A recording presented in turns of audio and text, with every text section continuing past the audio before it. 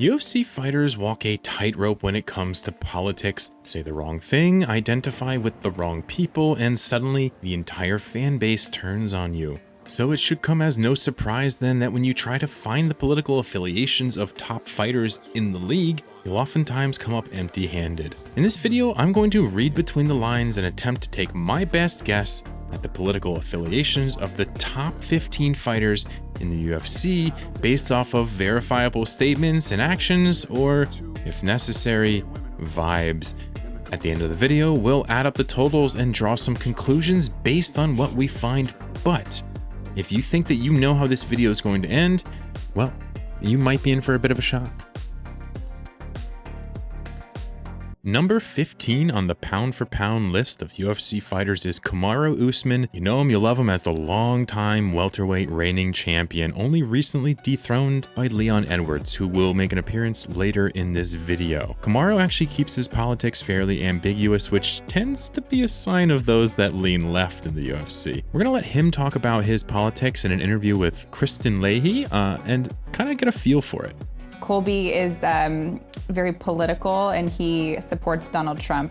You, on the other hand, said, quote, that you will put the wrath of every immigrant in this country on Colby. You know, I'm not a big political guy. I don't know a ton about politics, so I'm not gonna sit here and pretend that I do. Mm-hmm. You know, I have to remind him, I have to remind this young man and whoever else follows and is listening that, you know, in this country is built off of immigrants.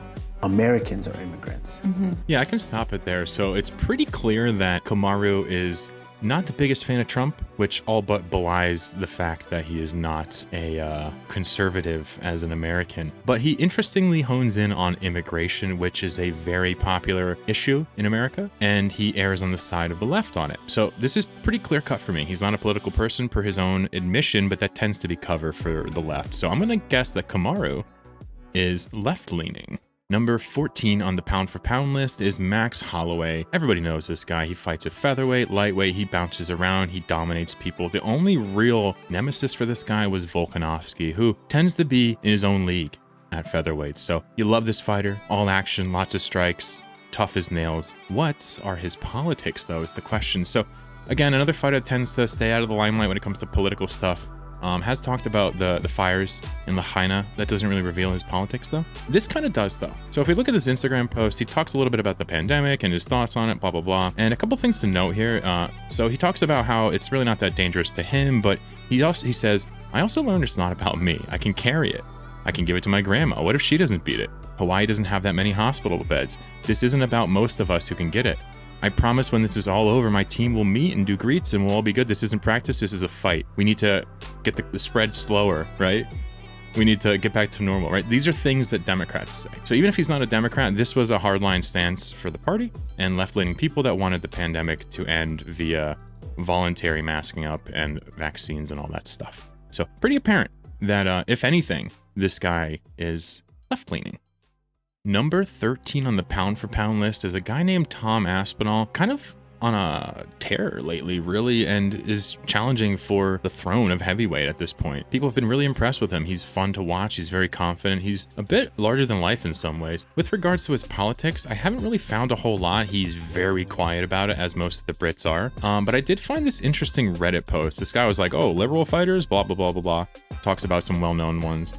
And then this commenter says, I saw a post with Aspinall and Miley McCann posted up with a pride flag, something pride related. Now, this is a very small hint, but the reason why I honed in on this is because number one, I don't have a whole lot to work with here, guys. But number two, there aren't a whole lot of right-leaning people nowadays in the Western countries that are comfortable posing with symbology of pride stuff. So it kind of gives me like a small hint. He may be more towards the labor side of things over there, but I don't know. And in fact, I'm actually going to assume that Tom Aspinall is right-leaning just based off of vibes alone. He seems like a nice guy for sure, but I just have a vibe. So I'm actually going to think that despite this comment, I'm going to think that Tom Aspinall leans right. Okay, vibe based. Next up, we have Sterling, Aljamain Sterling. You guys actually probably remember this from a previous video I did. He's very openly left-leaning. He doesn't actually come out and say he's a Democrat because that would be career suicide despite his recent performance. But here, just watch this real quick. I think the issue that people have trouble comprehending is you're in a neighborhood and one house is burning. Do all the houses matter at the time? Yeah, we can just stop it there. He basically goes on to draw some analogies to, caring about the community that, is struggling the most in certain areas and stuff like that. And he's very obvious left-leaning themes there in American politics. I'm completely convinced he's a Democrat. Now, he is from Staten Island, which I pointed out in the video, kind of weird. But there are Democrats there, believe it or not. So I'm thinking that he's actually a Democrat. So we're going to assume that he leans left. Number 11 on the pound-for-pound greatest UFC fighters in current times is a guy named Sean Strickland. Well, if you follow modern MMA at all, you're going to hear the stories about this dude. He is what I can only describe as a homophobe, which means he just doesn't really like gay people, and a few other things about this guy. He's a bit bigoted, would be putting it lightly. Listen to what he has to say. UFC fans here at Toronto's Scotiabank Arena, but there is a lot of controversy surrounding the current middleweight champion after making some misogynistic and homophobic comments earlier this week. You become a champion, you become a star, and someone. Let me ask you something. Are you gay? No, are you? Let me know. Are you gay? Can I get an answer? Well, no, I'm asking. This is the part. Are you a gay man? I'm an ally of the community. Okay. If you had a son and he was like, you had a son, he was gay, you'd be like, oh man, you don't want to green. Yeah, so this coverage here doesn't even show anything that he said there that was super wrong, but he goes on to call him like subhuman essentially and saying there's something wrong with him and he's a weak man, and some of the most transphobic and bigoted stuff you could really say on this wide of an audience in modern times just by virtue of who the audience is. But he kind of gets away with it, and Dana defends him and all that stuff because, this is a rough and tough industry, and the fan bases, they just, I got nothing. They just hate the gays in the UFC. So here's the thing. So our boy Sean Strickland here, we don't really need to analyze this much. I kind of wanted to just harp on it, but the guy leans right. He's a big fan of some hardline right stances. He's not even a traditional conservative. He's just one of these bigoted dudes that kind of just finds a little bit of peace there. And fun fact about our boy Strickland here, for some time, he was self-identifying as a neo-Nazi. So I'll leave that one where it stands. So number 10 on the pound-for-pound list is Israel Adesanya. He is a guy that lives in New Zealand, ethnically from Nigeria, I believe.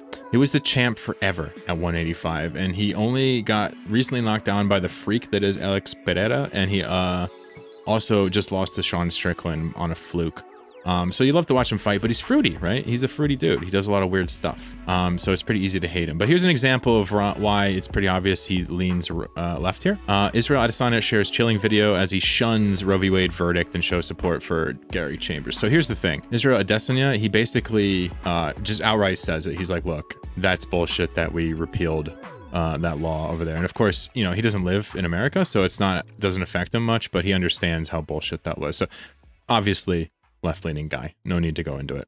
So number 9 on the list, Alexandre Pantoja. He is one of the 3 Brazilians on the list that I have much respect for their fighting skills, but I really just can't research them that well. I don't really know where to even look for some of this stuff, but I definitely tried. And you can kind of tell that Pantoja is quiet and stuff and not particularly political. And that's not because he's avoiding being a Democrat to keep his fan base. It's because I really just don't know where he stands out there. But he did immigrate to America after found some success, and he's teaching his kids English and stuff like that. He seems like a very nice guy though, and he kind of prides himself on being like kind and empathetic, but that's not necessarily at the surface level a left thing.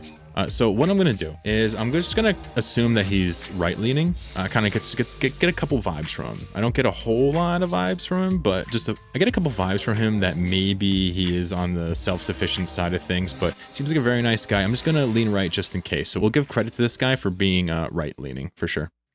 So Dricus Du Plessis is a South African fighter. He's white, which is relevant. Obviously, whenever you talk about South Africa, race comes into play. There's no way to get around it. It's similar to America. But he's a good fighter. Like, he has a lot going for him. The one thing that people thought that was really bad about him was his cardio, but it seems to be better than we all expected, even with this nonsense with his nose being fixed. But Dricus Du Plessis recently took the belt off of Sean Strickland, right? It's a busy division there.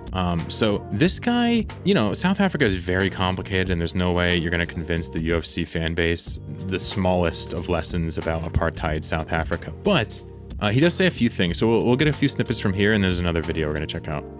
Our government I would go the worst government in the world by a long shot. I would say our government is as far ahead in being the worst government in the world than Max Verstappen is at this stage the Formula One champion of the world. Yeah, so he basically has no love for the South African government, which I'm going to be honest, I mean, kind of low-hanging fruit. Even though he's South African, he can say it. Now, we want to talk about his politics, though, not his national identity and what his thoughts are on his government, because South Africa has a complicated political situation as well. We can't really draw conclusions for that. So here's a little bit of a clue, and we're going to borrow this trope for later ones as well. It says, Dricus Du Plessis apparently endorses South Africa's condemnation of Israel in the conflict going on right now with Gazans and Palestinians, right? So obviously, of South Africa's stances it can take, genocide, apartheid, that's actually something it can speak on, right? Which is interesting to think about the context of that. But it's pretty obvious that Dricus is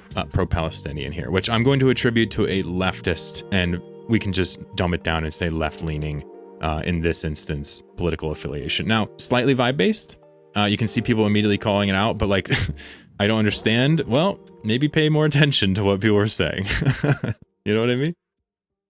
Number 7 on the list is Sean O'Malley, Sugar Sean O'Malley. This guy, super fun to watch. He's pretty entertaining in the fight context, a little bit strange outside of it. Now, for some reason, I've always suspected that this dude was like obviously super liberal. I don't know, not really sure why. When you start to dig into it, it's really not that obvious. Again, he doesn't really talk about stuff, and that's usually a key, a tell, if you will, for UFC fighters to lean left. But all of his comments seem to indicate either impartiality, lack of interest, or right-leaning stuff. So watch this. We're gonna see what he has to say about the time he met Trump pretty recently. How was Trump, Sean? Me and Trump, you know what we did after that show, baby? Fuck some Hollywood. You like that caption? Yeah, it was fun. That was good. It was either between that or we love Mexicans. And did your dad text you after the caption? Oh my God, my dad called me.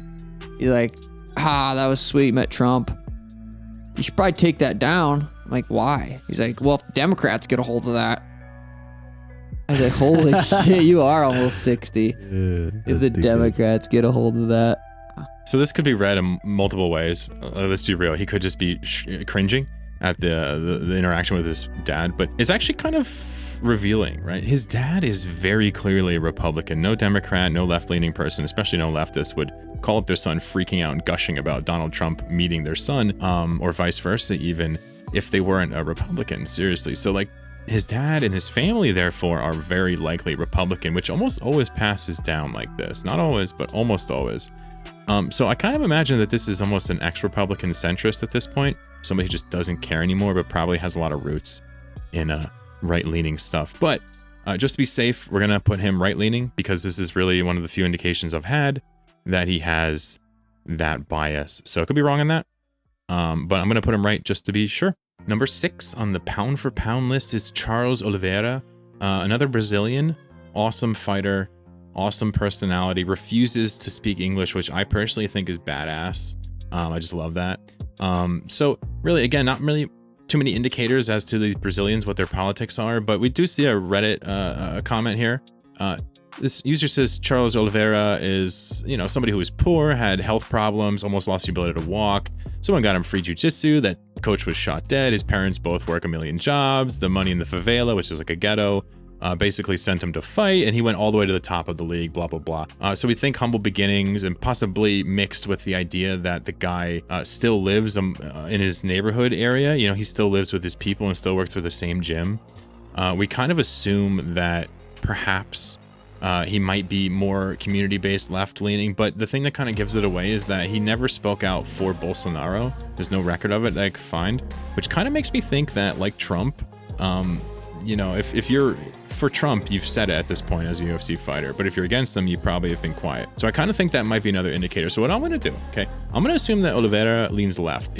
I'm getting strong vibes from everything I've seen on him, and I could be wrong on that, but we've guessed right a few times, so we're about to do a left guess. So number 5 on the pound-for-pound list is Alex Pereira. He is the 3rd Brazilian and the most recent newcomer. This guy is terrifying. He's huge. He's one-shot Sean Strickland. He has knocked Izzy out on his feet. Guy's a monster. Okay, he's really good. He's moved up a weight class. A lot of fun to watch. but he's a bit enigmatic, right? We don't really know much about him. So the only thing I'm going off of again is the fact that he's never spoke about Bolsonaro, but he does have a lot of interest in his tribal roots, which I thought was interesting. Kind of made me think maybe he's left-leaning. But what I'm going to do is I'm just going to assume that this guy leans right to kind of keep it fair. We've had 2 Brazilians lean right and we've had 1 lean left. And remember, the politics in Brazil, they may be more like generally left, but I think it's all like split up into all these little things. So again, I don't know what the hell I'm talking about with Brazilian politics, but I just get a vibe that perhaps Alex leans right. And I could be wrong on that as well. But the reason is I'm actually estimating more of these Brazilians to the right because I don't know, just to be sure. So we're going to give him a right leaning. Number 4 on the pound-for-pound greatest UFC fighters in modern time is a guy named Leon Edwards. Took the belt off Usman. Leon Edwards has not lost in a million years. His body is shaped like a triangle, right? The guy's awesome. He's got the people's hairline, you know what I mean? He's just an awesome dude. So this guy, you would just kind of imagine that from Birmingham, right? You know, he's got to be down with labor, but I kind of wanted to I wanted to check it out. I could be wrong. British politics is mysterious at times. And I found an article on him who basically went into detail about how he thinks, you know, let's just spend some more money. The government should probably spend some money on infrastructure for these impoverished areas, which is something that a right-leaning person would literally never say, at least not in the West. So kind of a tell, you know, there's no way a Tory is going to speak like this from what I can tell. Again, regardless, could be wrong, but we're going to give him a left for sure on this from my perspective. Number 3 on the pound-for-pound list is a guy named Alexandre Volkanovski. This dude's absolutely godlike at featherweight, and he came up to lightweight as a short guy and put it on Islam Makhachev, which is truly remarkable. Granted, he did lose twice. The first one was competitive, the second one wasn't. But talk about respect. Everybody loves this guy. He's going to be featherweight king for a long time, I suspect. And here's a picture of him partaking in a photo opportunity with a Labour politician. Now, this is consensual. We don't even have to think about this. The guy very clearly sanctions the Labour side of things in Australia, which, you know, maybe center left, maybe, you know, more left. It all depends on the context and who you're comparing it to and everything, but it's very clear. Alexander Volkanovski leans left. And if you actually look at where he's from, it's a lot of, you know, blue collar workers in his particular area. Kind of makes sense in some ways, given what Australia looks like politically from my limited understanding. So Alex, left leaning.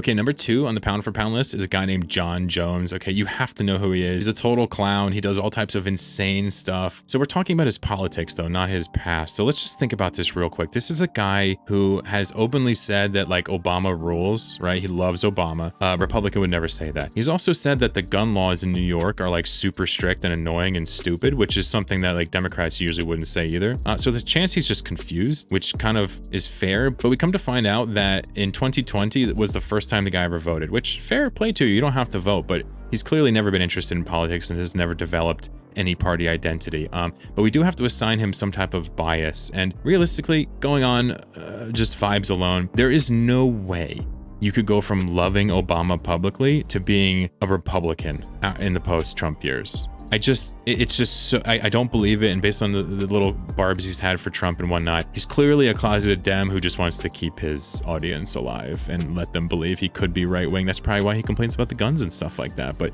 John Jones, pretty beastly, amazing in the ring, clown outside of the ring, but very obviously left leaning from my standpoint.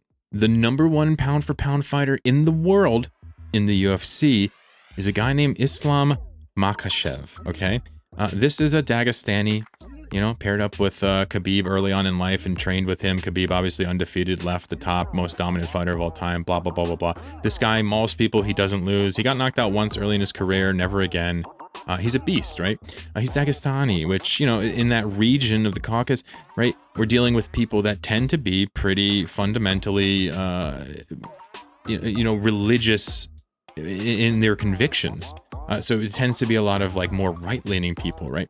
But the confusing thing is that Islam actually said that he stands with Palestine, which, okay, I understand the Russian connection and I actually understand it, but it's just strange to see that region of the world, how they approach this situation differently than the West, right? We have a guy here who's, by all accounts, right-leaning, right? Must be.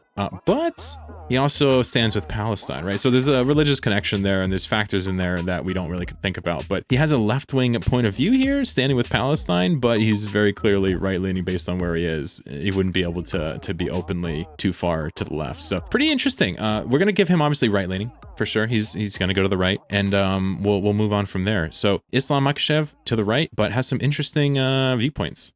So if you add all this up, it is currently 9-6 left to right, which is not really split evenly whatsoever. And in fact, if you remember, we gave a few of the Brazilians to the right, even though it may have been the other way around. So if we were to take those from the right, we would go 11-4 left to right. Likewise, if we moved Charles Oliveira to the right, because he was one of the Brazilians and we didn't know, we would still be looking at 8-7, which is clearly an advantage for left-leaning fighters. Now, this is kind of an interesting scenario because who the hell would have thought that in the pound-for-pound greatest, we have more people that are closeted left-leaning than we have conservatives. I mean, if you look at the roster of the UFC, it is very clearly conservative biased, and the fan base is incredibly conservative. Interesting takeaways here, for sure. Now, I don't want to draw any major conclusions from this, but it's pretty safe to say that left-leaning fighters are just better than conservatives. I mean, there's just no way around it. So, yeah, suck on that one. Free speech, brother. People can say whatever they want and they can believe whatever they want.